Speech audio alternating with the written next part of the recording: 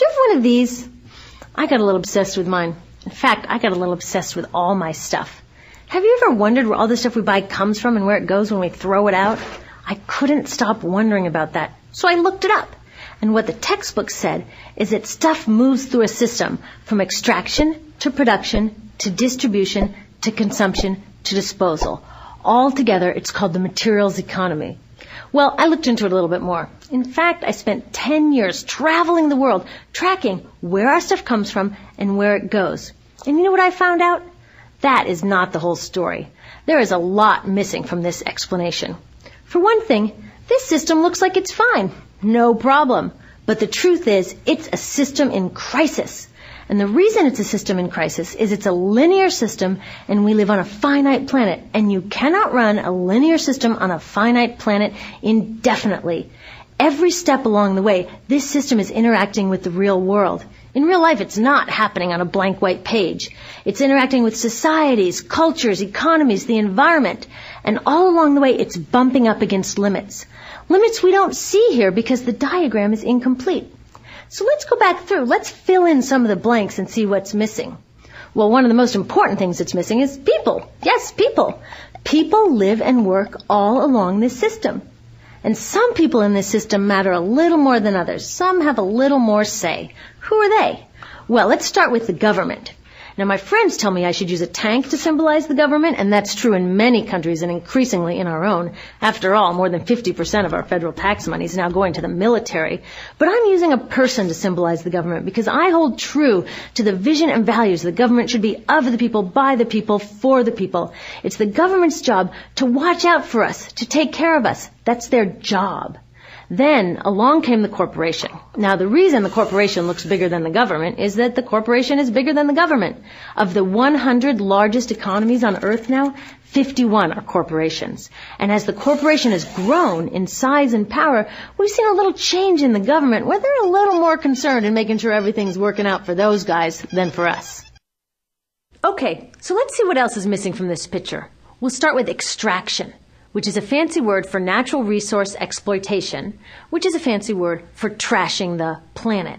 What this looks like is we chop down the trees, we blow up mountains to get the metals inside, we use up all the water, and we wipe out the animals.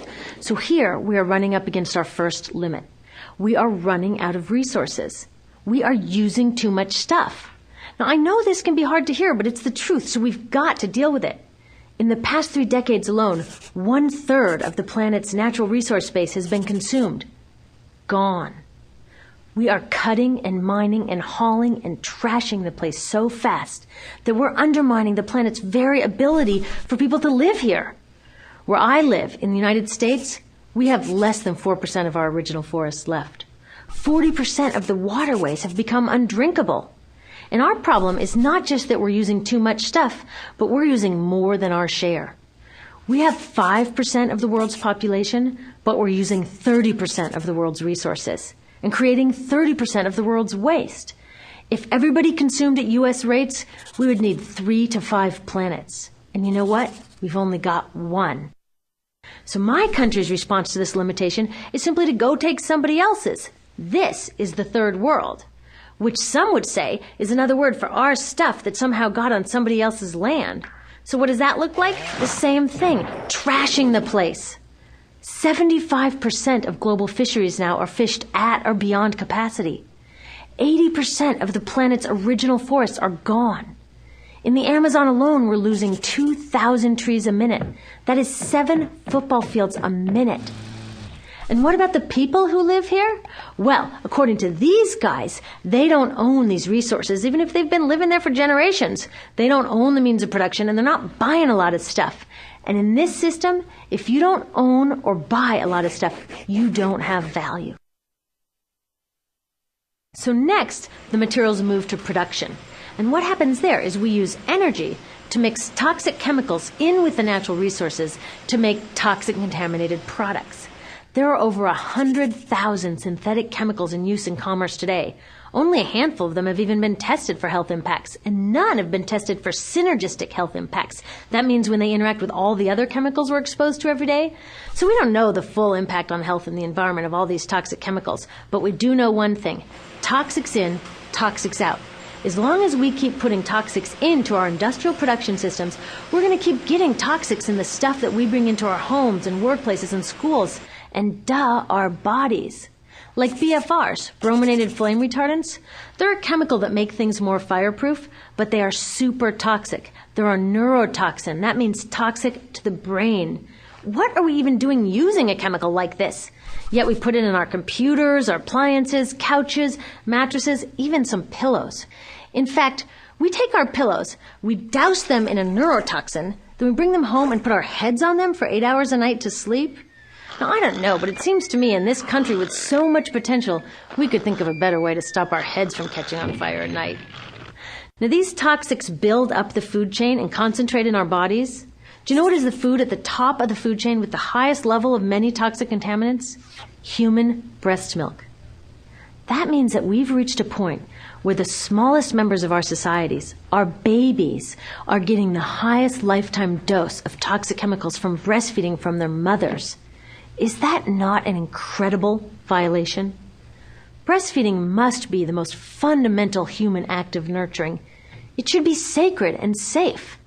Now, breastfeeding is still best, and mothers should definitely keep breastfeeding, but we should protect it. They should protect it. I thought they were looking out for us. And of course, the people who bear the biggest brunt of these toxic chemicals are the factory workers, many of whom are women of reproductive age. They're working with reproductive toxins, carcinogens, and more.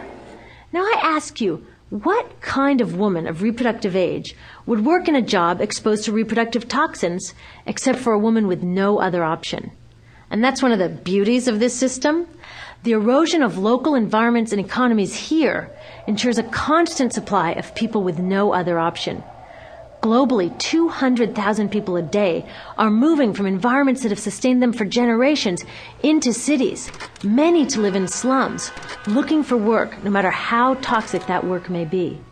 So you see, it's not just resources that are wasted along this system, but people too. Whole communities get wasted. Yep, toxics in, toxics out. A lot of the toxics leave the factories in products, but even more leave as byproducts or pollution. And it's a lot of pollution.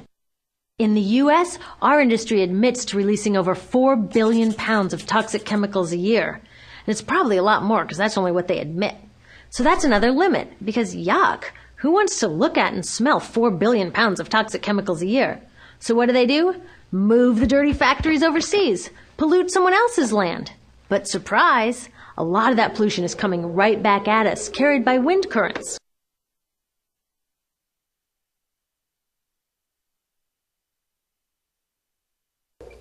So what happens after all these natural resources are turned into products? Well, it moves here for distribution. Now, distribution means selling all the toxic contaminated junk as quickly as possible.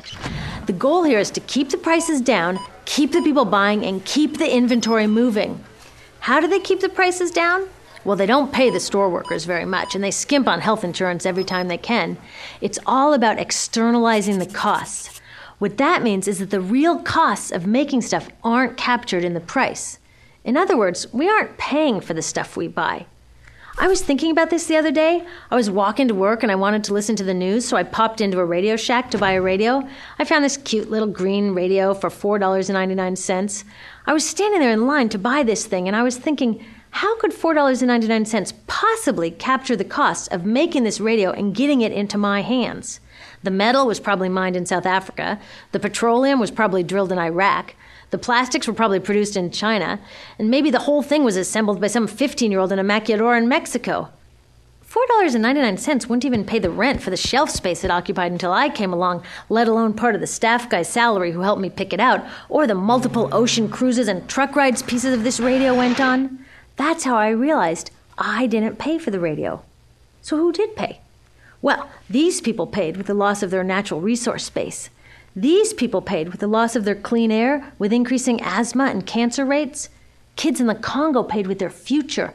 30% of the kids in part of the Congo have dropped out of school to mine coltan, a metal we need for our cheap and disposable electronics. These people even paid by having to cover their own health insurance. All along this system, people pitched in so I could get this radio for $4.99. And none of these contributions are recorded in any accounts book. That's what I mean by the company owners externalize the true costs of production.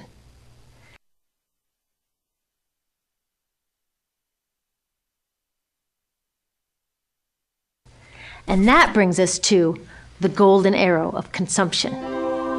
This is the heart of the system, the engine that drives it.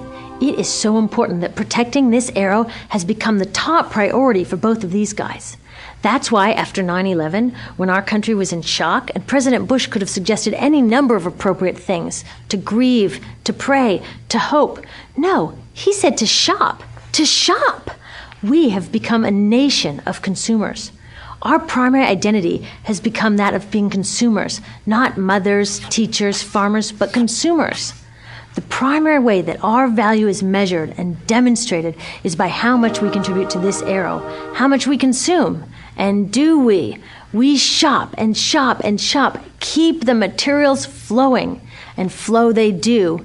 Guess what percentage of total materials flow through this system is still in product or use 6 months after their date of sale in North America?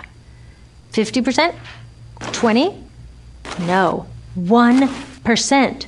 1. In other words, 99% of the stuff we harvest, mine, process, transport, 99% of the stuff we run through this system is trashed within 6 months. Now, how can we run a planet with that level of materials throughput? It wasn't always like this. The average U.S. person now consumes twice as much as they did 50 years ago. Ask your grandma. In her day, stewardship and resourcefulness and thrift were valued. So how did this happen? Well, it didn't just happen. It was designed. Shortly after World War II, these guys were figuring out how to ramp up the economy. Retailing analyst Victor Lebeau articulated the solution that's become the norm for the whole system. He said, our enormously productive economy demands that we make consumption our way of life, that we convert the buying and use of goods into rituals, that we seek our spiritual satisfaction, our ego satisfaction in consumption. We need things consumed, burned up, replaced, and discarded at an ever-accelerating rate. President Eisenhower's Council of Economic Advisors chairman said that the American economy's ultimate purpose is to produce more consumer goods. More consumer goods? Our ultimate purpose? Not provide health care or education or safe transportation or sustainability or justice? Consumer goods? How did they get us to jump on board this program so enthusiastically? Well, two of their most effective strategies are planned obsolescence and perceived obsolescence. Planned obsolescence is another word for designed for the dump. It means they actually make stuff to be useless as quickly as possible, so we'll chuck it and buy a new one. It's obvious with things like plastic bags and coffee cups, but now it's even big stuff. Mops, DVDs, cameras, barbecues even, everything. Even computers. Have you noticed that when you buy a computer now, the technology is changing so fast that in just a couple of years, it's actually an impediment to communication? I was curious about this, so I opened up a big desktop computer to see what was inside. And I found out that the piece that changes each year is just a tiny little piece in the corner. But you can't just change that one piece because each new version is a different shape. So you gotta chuck the whole thing and buy a new one. So I was reading industrial design journals from the 1950s when planned obsolescence was really catching on. These designers are so open about it. They actually discuss how fast can they make stuff break that still leaves the consumer having enough faith in the product to go out and buy another one. It was so intentional. But stuff cannot break fast enough to keep this arrow afloat. So there's also perceived obsolescence. Now, perceived obsolescence convinces us to throw away stuff that is still perfectly useful. How do they do that? Well, they change the way the stuff looks. So if you bought your stuff a couple of years ago, everyone can tell that you haven't contributed to this arrow recently. And since the way we demonstrate our value is contributing to this arrow, it can be embarrassing. Like, I've had the same fat white computer monitor on my desk for 5 years. My coworker just got a new computer. She has a flat, shiny, sleek monitor. It matches her computer, it matches her phone, even her pen stand. She looks like she's driving in Spaceship Central, and I look like I've got a washing machine on my desk. Fashion is another prime example of this. Have you ever wondered why women's shoe heels go from fat one year to skinny the next to fat to skinny? It's not because there's some debate about which heel structure is the most healthy for women's feet. It's because wearing fat heels in a skinny heel year shows everybody that you haven't contributed to that arrow as recently, so you're not as valuable as that person in skinny heels next to you, or more likely in some ad. It's to keep us buying new shoes. Advertisements and media in general plays a big role in this. Each of us in the U.S. is targeted with over 3,000 advertisements a day. We see more advertisements in 1 year than people 50 years ago saw in a lifetime. And if you think about it, what's the point of an ad except to make us unhappy with what we have? So 3,000 times a day, we're told our hair is wrong, our skin is wrong, our clothes are wrong, our furniture is wrong, our car is wrong. We are wrong, but it can all be made right if we just go shopping. Media also helps by hiding all of this and all of this. So the only part of the materials economy we see is the shopping. The extraction, production, and disposal all happens outside of our field of vision. So in the U.S., we have more stuff than ever before, but polls show that our national happiness is actually declining. Our national happiness peaked in the 1950s, the same time that this consumption mania exploded. Interesting coincidence. I think I know why. We have more stuff, but we have less time for the things that really make us happy. Friends, family, leisure time. We're working harder than ever. Some analysts say we have less leisure time than any time since feudal society. And do you know what the two main activities are that we do with the scant leisure time we have? Watch TV and shop. In the U.S., we spend 3 to 4 times as many hours shopping as our counterparts in Europe do. So we're in this ridiculous situation where we go to work, maybe 2 jobs even, and we come home and we're exhausted. So we plop down on our new couch and watch TV, and the commercials tell us you suck. So you got to go to the mall to buy something to feel better, and then you got to go to work more to pay for the stuff you just bought. So you come home and you're more tired. So you sit down and you watch more TV, and it tells you to go to the mall again. And we're on this crazy work, watch, spend treadmill, and we could just stop.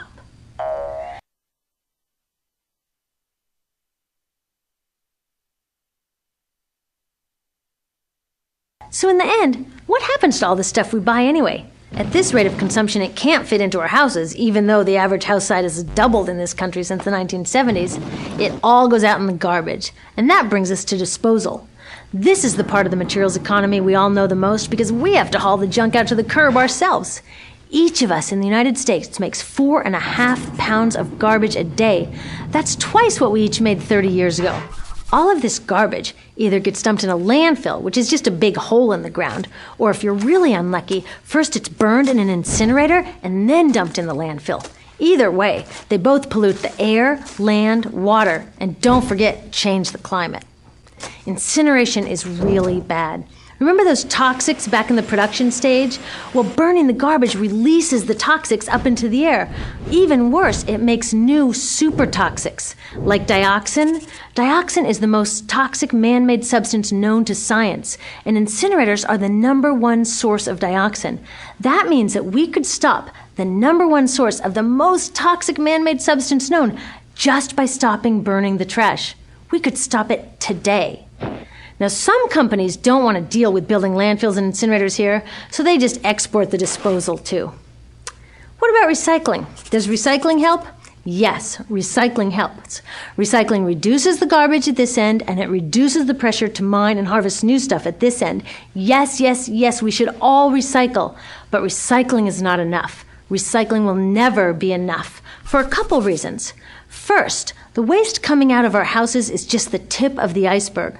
For every 1 garbage can of waste you put out on the curb, 70 garbage cans of waste were made upstream just to make the junk in that 1 garbage can you put out on the curb. So even if we could recycle 100% of the waste coming out of our households, it doesn't get to the core of the problems. Also, much of the garbage can't be recycled, either because it contains too many toxics or it's designed not to be recyclable in the first place. Like those juice packs, where they have layers of metal and paper and plastic all smushed together, you can never separate those for true recycling. So you see, it is a system in crisis. All along the way, we're bumping up against limits. From changing climate to declining happiness, it's just not working. But the good thing about such an all-pervasive problem is there are so many points of intervention. There are people working here on saving forests, here on clean production, labor rights, fair trade, conscious consuming, blocking landfills and incinerators, and very importantly, taking back our government, so that it really is by the people, for the people. All of this work is critically important, but things really start moving when we see the connections, when we see the big picture. When people all along this system get united, we can reclaim and transform this whole linear system into something new, a system that doesn't waste resources or people. You see, what we really need to chuck is that old school throwaway mindset. There's a new school of thinking about this stuff, and it's based on sustainability and equity. Things like green chemistry, zero waste, closed-loop production, renewable energy, local living economies. It's already started. Some say it's unrealistic, too idealistic that it can't happen. I say the ones who are unrealistic are those who think that we can continue with the old way. They're dreaming. Remember, that old way didn't just happen. It wasn't like gravity that we just have to live with. People created it, and we're people too. So let's create something new. There's a lot of information on this website about groups doing incredible work. Click around, get involved.